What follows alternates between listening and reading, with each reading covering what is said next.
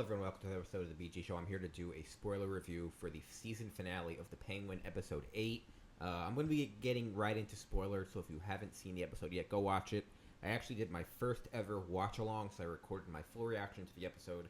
I'm hoping to have that up tomorrow night. The tricky part is going to be recording the actual episode so I can post that. I'm going to have to get around some copyright stuff. But until then, stay tuned for that on my YouTube channel. Go subscribe. But until then, let's just talk about the episode and do my normal review as usual. So like I said, spoilers in 3, 2, 1. R.I.P. Vic. They really got me on the bait and switch here. I was thinking the whole episode, because I remember Colin Farrell made this quote, by the end of the season, you're really not going to like him. And right when he said that, I was like, shit, he's going to kill Victor. And they get to the last scene, they're sitting on the water, and I really thought they got me. And I really thought he's going to be with him and kind of like be part of his crew. And then they really pulled another scene out of The Sopranos. A lot of Sopranos nods here, where Tony kills Christopher. A very similar scene here, where he just chokes him out. And this really cements... I mean, he already is a villain, but this is the first character that he kills that you really care about, right? He's killing a lot of other villains or other random characters on the show.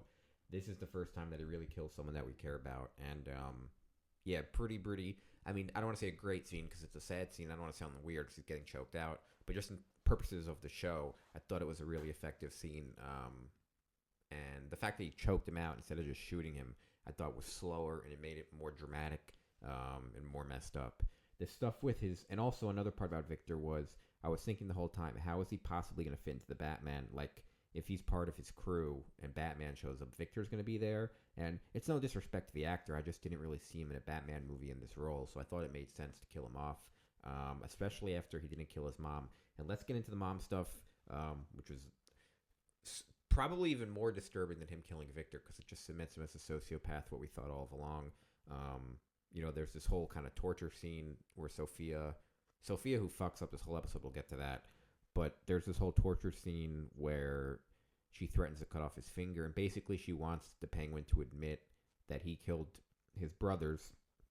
And they did this whole thing with the doctor, Juice from Sons of Anarchy, like this whole, not hypnosis, but they kind of made her go back in her memory and basically admit that she knew that he did it and she was going to set up to get him killed, but then she changed her mind. So really just messed up stuff. She doesn't like him. And then she ends up having a stroke. I thought he was going to kill her. Someone was going to kill her. I really thought Sophia was going to kill her. And I really thought she was going to chop off the finger. The show does a good job of really making you think things are going to happen. There's good stakes. But she ends up having a stroke and ends up in the hospital in like a vegetative state. And there's this whole scene where she dies. And another good thing about the show is it kind of like makes you feel bad for the Penguin, even though he's a scumbag a lot, which is a good part. Really good filmmaking. It's the first time that we've gotten real filmmaking, for the most part, other than The Dark Knight and stuff like that. But in terms of TV, real respect, really good filmmaking. It shows how much you can do with these characters when you, instead of putting it on the CW. And I know Superman and Lois is a good show, but I think this is another level in terms of what they're doing. And so the Penguin at the end of the episode basically keeps his mom alive in a really messed up scene. She's just kind of upstairs in a penthouse watching the city. She's in a vegetative state, but then she starts to cry, kind of alluding that she's more conscious than we think, and maybe she just can't move. So really, really messed up scene that is keeping her alive. And then he goes dancing with his friend, who is the prostitute, which I should have picked up on, but they really cemented like the fact that he had this whole relationship with her is because he reminded her of his mother. And just a very, very weird thing. Another nod to Sopranos with Tony and his mom. This is probably even more of a messed up relationship. I was worried in the beginning because I thought they were kind of dragging on with this and Sophia and her long monologues. And so that was the only part, but I think the episode, definitely the second half is better than the first half. Sophia really, really fucked up not killing him. She ends up in prison and she gets a letter in the mail. Turns out to be from Selena Kyle, aka Catwoman, who we know from the Batman is her half-sister, which they really didn't really mention, and I was thinking it the whole time, and I kind of thought of it halfway through, and I'm like, are they just going to forget about this, or are they going to... But no, they actually addressed it, which I thought was really good.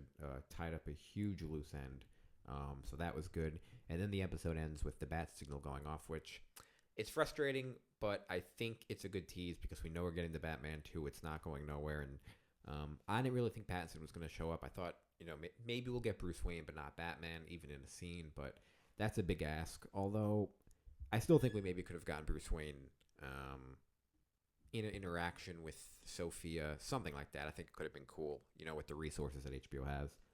Um, but yeah, anyway, I think a really, really strong season. I still have problems, and it's frustrating because this isn't the DCU, and I'm rooting so hard for the DCU, but this is really good too. And now they have two universes going at the same time. And at first, I'm like, okay, the audience is smart enough to know that Pattinson isn't in this universe, but I think this is getting really, really messy, and this is like getting so much attention. I thought maybe they thought this show would kind of go under the radar and have not a small audience, but kind of a niche audience. But this is so mainstream now to explain to people like, oh yeah, that stuff is really good, but it's not included in this new universe.